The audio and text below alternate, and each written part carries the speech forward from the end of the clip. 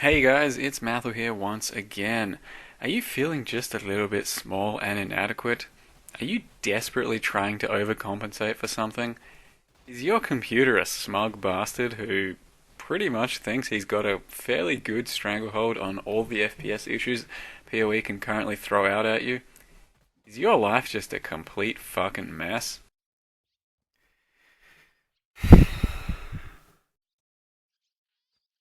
Well then, thank God that there is the Slayer Ascendancy paired with Gloom Herald of Ice, which basically makes all your troubles just melt away in a nice blade flurry of FPS dropping goodness. This combination of skills and microtransactions gives what the scientific community may refer to as a boner.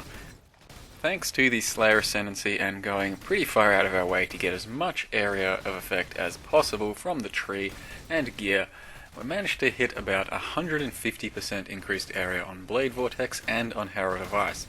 Attaching Gloom Herald of Ice to our Herald of Ice turns it into basically mini crashes, and that really does make for quite a lovely effect.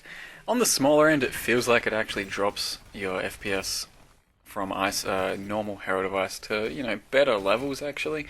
But then once you really start to scale the area, it starts to chunk away a bit, I feel. And the character still has quite a lot of scaling left to do, but at this stage it's already a beast. So what a Gloom Herald effect is essentially just a Herald effect microtransaction you can put on either Ash, Thunder, or Ice, and it really changes the effect of Ice into something different. Ash and Thunder isn't basically anything, and this comes from the mystery box over here, microtransaction. Bear in mind, it cost me 900 points to even get this Gloom thing, so I wouldn't really go chasing for it if you can't afford to, because you might not get there. That said, I apparently got pretty unlucky. This is what it looks like, the build, without Gloom Herald, for example, and it's still not too bad. It's still fairly pretty and nice. It's just very white, and I think it actually does chunk away at your FPS just a little bit. Turning on Gloom Herald, however, changes the skill into, as you can see, these big ice crash spike thingos, and also sort of a swirly black vortex as soon as it actually engages. So it's got a double effect and is really quite pretty, and the basis of why I made this build. I really liked the look of the Gloom Herald, and I wanted to scale it into as big of an area as possible, and I figured Blade Vortex and Slayer was the perfect opportunity to do so.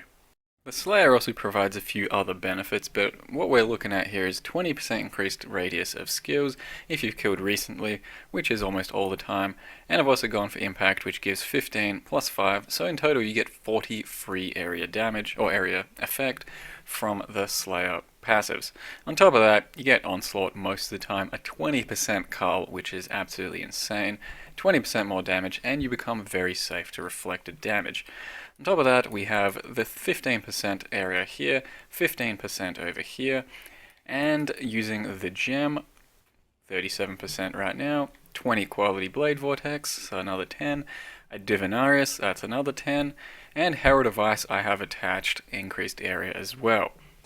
All of that combined gives about 150% area, which is roughly the level that I stopped at where I thought the opportunity cost was just perfect. Any more and I think you're going to be losing too much, like a second Divinarius, the Scion area nodes, or using a Pillar to Cage God, things like that. And what we achieve is essentially, for these sorts of linear maps, never having to deviate from the path. You just go in a straight line and you one-shot everything up until probably, at the moment, I could do this safely up until about tier 10 maps, and I'm only level 79 on a 5-link, wearing an Elrion ring that's blue, missing a jewel socket. There's a lot of optimizations to make still, is what I'm trying to say. Even at level 73, with like 50 uncapped resists, I felt pretty confident into going into Aziri, because the area was going to give me that extra buffer of defensiveness, and Blade Vortex is a notoriously good boss killer. With Conk Effect here, you can see that the area is still actually pretty goddamn amazing, considering we lose 37% from the area gem, and then get our area nerfed by 25% from the Conk Effect itself. Now, I won't go over the entire character and sort of a guide for this just yet, because it is still very much in its infancy for me, and I'm figuring out a lot of the most optimal ways to do things, links, passives, gems, all that sort of stuff, and that's going to be something to look forward to in the future.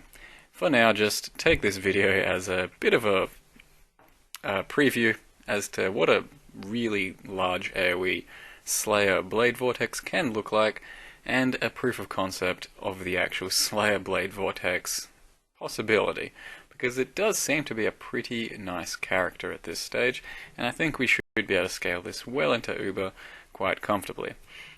As always, I'm Mathel, thanks very much for watching, and I'll see you guys next time.